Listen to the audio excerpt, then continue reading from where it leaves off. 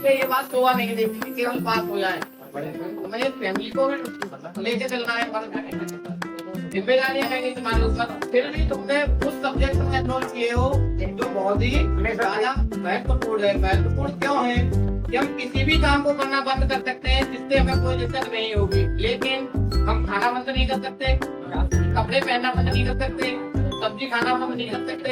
ये सब हमें कहाँ से मिलता है? एग्रीकल्चर से मिलता है। तो वो करते हैं, कपड़े मिलते हैं, भोजन मिलता है, दाल मिलती है, गेहूं चावल रोटी मक्का सब्जी हमें कहाँ से मिलती है? तो ये कम पढ़ने का सब्जेक्ट नहीं है। अगर हम इसे मन लगा के पढ़े तो सबसे ज्यादा जॉब में इसी कोर्स में और सबसे ज्यादा सब कंपटीशन है इस कोर्स में। बाकी तुम किसी भी कोर्स में एनरोल करोगे उसमें क्या रहता है कि वैकेंसी आई तो उसमें आर्ट वाला भी अप्लाई कर रहा है, उसमें बायोमेड वाला भी अप्लाई कर रहा है, कॉमर्स वाला भी अप्लाई कर रहा है। लेकिन एग्रीकल्चर की जब वैकेंसी आती है तो उसमें स्पेशलाइजेशन रहता है कि केवल एग्रीकल्चर वाला ही अप्लाई करेगा उसमें। तो ये तुम्हारे लिए क्या है? गोल्डन अपॉर्चुनिटी है, तुम्हारे लिए प्लस पॉइंट है। तो ये मत सोचो कि इसमें कम पढ़ना पड़ेगा। अभी जो मैंने लीफलेट आपको दिलवाए हैं उसके पीछे देखो, जस्ट पीछे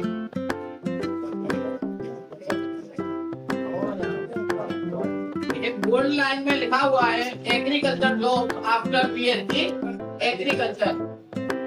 एक तो वैकेंसी तो एग्रीकल्चर में आफ्टर 12th भी आ जाती है, लेकिन मोस्टली वैकेंसी बीएससी एग्रीकल्चर के बाद आती है। बीएससी एग्रीकल्चर होने के बाद हमारे पास बहुत सारे रास्ते खुल जाते हैं जहाँ तो आप गवर्नमेंट वैकेंसी में अप्लाई कर सकते हैं। देखो पहले सेंट्रल लेवल के जॉब्स हैं, सीरियल नंबर 14 से 14 तक। और किसी कोर्स में अच्छी वैकेंसी आती है क्या गवर्नमेंट? अब इसमें मान लो एक को किसी वैकेंसी में तुमने अप्लाई किया, वहाँ प्रयास अच्छा किया, दूसरी बार सफलता नहीं मिली, नेक्स्ट बार कोई ना कोई वैकेंसी फिर से उसमें रिपीट हो जाएगी, उसमें अप्लाई कर सकते हो तुम। वहीं आप अगर बीएससी बायोमेड में होते, तैयारी की, एक वैकेंसी आई, एक ही मौका मिला, उसमें भी तुम्हारा हुआ नहीं, अब अगले 5 साल तक वैकेंसी नहीं आनी है तो क्या करोगे? तब तो वेट करोगे, घर वाले कब तक खर्चा देंगे? एक बेनिफिट तो ये हो गया हमारे पास कि हमें कंटिन्यू रेगुलरिटी मिल रही है कि हम किसी न किसी वैकेंसी में अप्लाई कर सकते हैं। चाहे वो सेंट्रल लेवल की जॉब तो 14 वैकेंसी है, वहीं स्टेट लेवल की 12 वैकेंसी है। तो एक तो बेनिफिट हो गया हमारा। बाकी सभी जॉब का सिलेबस लगभग 80% सेम ही होता है, थोड़ा वो चेंज होता है जब हम दूसरे फील्ड में जाते हैं तब एग्रीकल्चर की में पढ़ाई हमारी वही उधर भी काम आ रही है। 4 साल में कोर्स पूरा हो जाता है। तो भला किसी और कोर्स के इसमें ज्यादा बेनिफिट है, तो ये बात दिमाग से मत निकाल दो कि इसमें कम पढ़ना पड़ेगा और पास हो जाएंगे। पास ही नहीं हो जाओगे, इसमें पढ़ाई करोगे तो आगे बहुत कुछ कर जाओगे। आज ये मॉडर्न जमाने में देखें हम तो हमारा जो कल्टिवेटेड एरिया है काफी कम होता जा रहा है, नए नए मकान बन रहे हैं, इंडस्ट्री एरिया बढ़ रहा है। हमें आने वाले समय में इन फ्यूचर बहुत कम क्षेत्र में और खाद्यान्न की पूर्ति करनी पड़ेगी। उसके लिए क्या करना पड़ेगा? हमें तकनीकों को अपनाना पड़ेगा, टेक्नोलॉजी है उनको अपनाना पड़ेगा, कम क्षेत्र में ज्यादा उत्पादन करना पड़ेगा हमें, तभी तो खाद्यान्न की आपूर्ति कर सकते हैं। बिना खेती संभव है? तो बच्चा खड़ा होकर अंदर देगा, बताए वो बताते हो, डरा मत, डरो मत। हम यहाँ कोई तुम्हें आपने पढ़ लिया तो कोई बच्चा ये बता सकता है कि क्या मृदा के बिना खेती संभव है? संभव है। हाइड्रोपोनिक्स टेक्नोलॉजी डेवलप हुई, हाइड्रोपोनिक्स और एरोपोनिक्स यानी हवा में खेती और पानी में खेती। पौधा मृदा में क्या मिलता है उसे? स्टेबिलिटी, न्यूट्रिएंट्स वहां से ऑब्जर्व करता है। एसेंशियल न्यूट्रिएंट्स कितने होते हैं प्लांट के लिए? 17वें नंबर का नाम बताओ। हाँ कोई दिक्कत नहीं, मैं बोला बहुत अच्छा है, इतनी वीडियो कोई तो बोला देखो बहुत नहीं है। पढ़ाई में सबसे इम्पोर्टेंट पॉइंट क्या होता है? सही बोल रहे हैं हम या गलत बोल रहे हैं वो बात की बात है, पहले हमें बोलना आना चाहिए। पहले बोलना आना चाहिए तभी तो बोल पाएंगे सही बोल रहे हैं गलत बोल रहे हैं। वो तो मैं बोलना ही नहीं आ रहा तो सही गलत क्या बोलोगे? कुछ नहीं।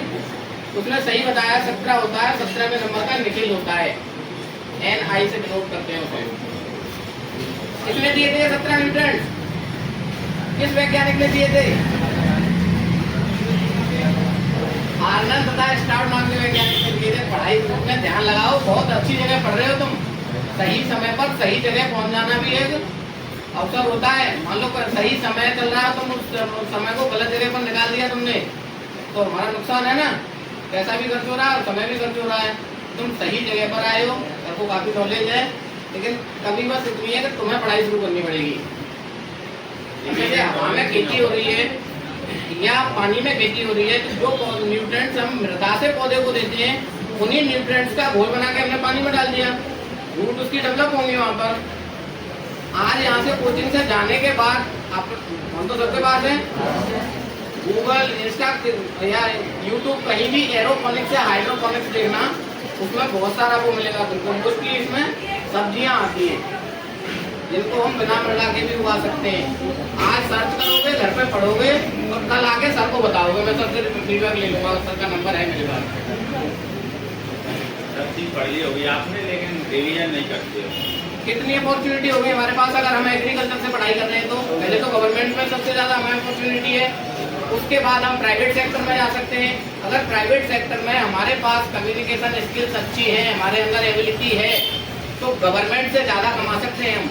प्राइवेट कंपनियां गाड़ी देती हैं, ड्राइवर देती हैं, रहने के लिए VIP 5 स्टार होटल देती हैं, लेकिन वो सब कब मिलता है हमको? जब हमें नॉलेज हो, सामने वाले को हम गाइड कर पाएँ, उसकी समस्या का समाधान बता पाएँ। अब हमें खुद ही पता नहीं होगा तो कौन दे देगा? अगर हमें वो सब चीज़ें खुद नहीं पता है, किसी को सेटिस्फाई नहीं कर पा रहे हैं, उसकी समस्या का समाधान नहीं बता पा रहे हैं, तो हम किस तरह के सलाहकार हैं? नहीं है ना। पहले हमें क्या करना पड़ेगा? अपने अंदर स्किल्स डेवलप करनी पड़ेगी, नॉलेज होनी चाहिए हमारे अंदर, तब हम कर सकते हैं। दो अपॉर्चुनिटी कौन सी हो गई? गवर्नमेंट में और प्राइवेट में। इन दोनों को भी छोड़ दो, फिर भी हमारे पास चांस है। क्या है? हम एग्रीकल्चर से अगर पढ़े हैं तो बिजनेस का मैं नया स्टार्टअप कर सकते हैं। बिजनेस में स्टार्टअप करने के लिए लीप डेट को उल्टा करो और जो तीसरे नंबर पर दिए हुए हैं उनको पढ़ो। क्या क्या कर सकते हैं हम? जैसे अगर हमने एग्रीकल्चर से पढ़ाई की है, देखो रोजगार एवं उद्यमता, उद्यमता यानी एंटरप्रेन्योरशिप, एंटरप्राइज। बाद में नहीं हो सकता है। हमारे यहाँ एंट्रेंस एग्जाम होता है, MP में PhD एंट्रेंस एग्जाम होता है BSc एग्रीकल्चर के लिए। ये MP का बेटा, हमारा कॉलेज UP में है, हमारे यहाँ एंट्रेंस एग्जाम नहीं होता, डायरेक्ट एडमिशन होता है। आप कहना ये चाह रहे हो PhD के बाद हम वहाँ एनरोल हो सकते हैं? नहीं। आपका अगर PhD में हो जाता है, कट ऑफ आ जाती है, मेरिट में आप आ जाते हो, तो यहाँ से करो, कोई दिक्कत नहीं है। अगर PhD में आपका नहीं हुआ, मान लो बाई द वे किसी तरह मान लो पढ़ा हुआ पेपर में नहीं आया, या पेपर वाले टाइम तुम्हारा कुछ भी तरह से डिस्टर्बेंस हो गया, पेपर ठीक नहीं हो पाया, वैसा एक्सपीरियंस हो जाता है स्टूडेंट के साथ। मेरे साथ कई बार हुआ है। तो हमारे यहाँ आप एनरोल कर सकते हो। उसके लिए क्या है, तुम्हें जुलाई से पहले हमारे यहाँ 410 रुपये का वेब रजिस्ट्रेशन होता है यूनिवर्सिटी का। उसमें क्या होता है, यूनिवर्सिटी में स्टूडेंट की सीट कन्फर्म हो जाती है, उसे आप करा सकते हैं। उसके बाद अगर PhD में तुम्हारा नहीं हुआ किसी तरह, तो आप हमारे यहाँ आ सकते हैं आराम से, कोई दिक्कत नहीं। यही सिस्टम हमने राजस्थान वालों के लिए रखा है। राजस्थान में जेट होता है, जैसे यहाँ पेट होता है PhD, जैसे राजस्थान में जेट होता है, जॉइंट एंट्रेंस टेस्ट। वो बच्चे भी इसी फॉर्मेट को, कोई चीज़ हमें दिखने में अच्छी लगती है तो हम उसे ज़्यादा देर देखते हैं, ऐसा है कि नहीं है? अब कोई काले पेज की रफ कॉपी ले ली तुमने, उसमें पता नहीं ऐसा लिख रखा है जैसे इंक में कोई मक्की वक्की गिर गई हो और उसे छोड़ दिया हो पेज पर, तो उसे पढ़ने को मन करेगा क्या हमारा? जब साफ सुथरा दिखेगा, अच्छा अट्रैक्टिव होगा, तो एक तो हमारी नजरें सही उस पर जाएंगी जल्दी, कहीं हाईलाइट हो रहा है, कोई डेटा लिख रहा है, कोई फैक्ट लिख रहा है, तो वहाँ पहुँचेगी हमारी। पढ़ाई करने के लिए हमें लंबे टारगेट नहीं बनाने चाहिए, पूरा चैप्टर फिनिश करूँगा नहीं, एक टॉपिक करूँगा, लेकिन ऐसे करूँगा उस टॉपिक को खत्म कि आगे दोबारा पढ़ने की उसे जरूरत ना पड़े। ये तो स्मार्ट स्टडी होती है। घट नहीं सकते हम चीज़ों को, अपने अंदर ये आदत बना लो। जैसे भी खाना नहीं खा सकते क्या? श्रेयांशी गोस्वामी बहुत अच्छा क्वेश्चन पूछा उसने पूछा कि सर MP से या UP से या किसी भी अदर स्टेट से पढ़ाई करने में तो वेरिएशन होता है, क्या कोई भिन्नता होती है? यही क्वेश्चन था हमारा। तो एग्रीकल्चर की एक संस्था है जिसे हम ICAR कहते हैं, तो पूरा नाम बताएगा मुझे? Indian council for agriculture research. क्या दवा Indian council for agriculture research. Indian council of agriculture research. ये संस्था क्या करती है, जितने भी एग्रीकल्चर की संस्थाएं हैं उनको डील करती है, केंद्रीय को फंड करती है, और जो भी शिक्षण संस्थान है एग्रीकल्चर के उनको सिलेबस लागू करती है। जैसे 5th दिन सिलेबस हो गया, 5th दिन कमेटी, 6th दिन कमेटी, ये भी 2 ही चल रहे हैं। तो हमारे यहाँ भी और बाकी जगह भी राजस्थान में, एमपी में 5th दिन या 6th दिन सिलेबस होता है, सेम वही रहता है सब जगह। ना यूपी से कोई वेरिएशन है, ना एमपी से, ना राजस्थान, कहीं से भी हम पढ़ाई करें हमारी डिग्री को नंबर ले आओगे आप फेल नहीं होंगे। क्लियर? अगर 1% आपका 18 नंबर नहीं आते तो क्या होगा? आप फेल फिर भी नहीं होंगे। जिस सब्जेक्ट में आपके 18 से नीचे आए हैं उसमें क्या होगा? री एग्जाम होगा उसका। ठीक है ना? मान के चलो आपके 11 सब्जेक्ट है, 2 सब्जेक्ट में आपका 18 से नीचे आ गए, कोई दिक्कत नहीं है, उसका री एग्जाम दोबारा से हो जाएगा, वो क्लियर हो जाएगा। पहले आप फिर भी नहीं होंगे। आपको डाउट तो नहीं है एग्जाम से संबंधित किसी को? 5 बार अपॉर्चुनिटी मिलेगी तुम्हें। तो वहाँ भी रहे।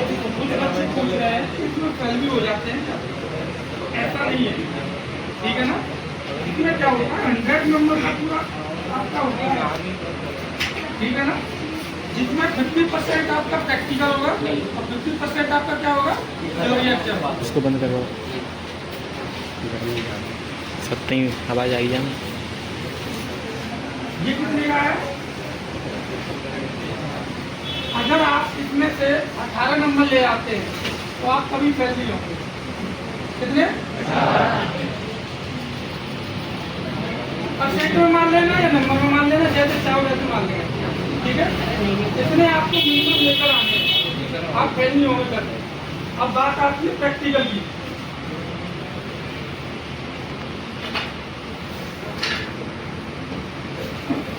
और जो पास होने वाले हैं, ये धारणा मत बना लेना। कैसे पहचानेंगे कि ये गाय है और ये भैंस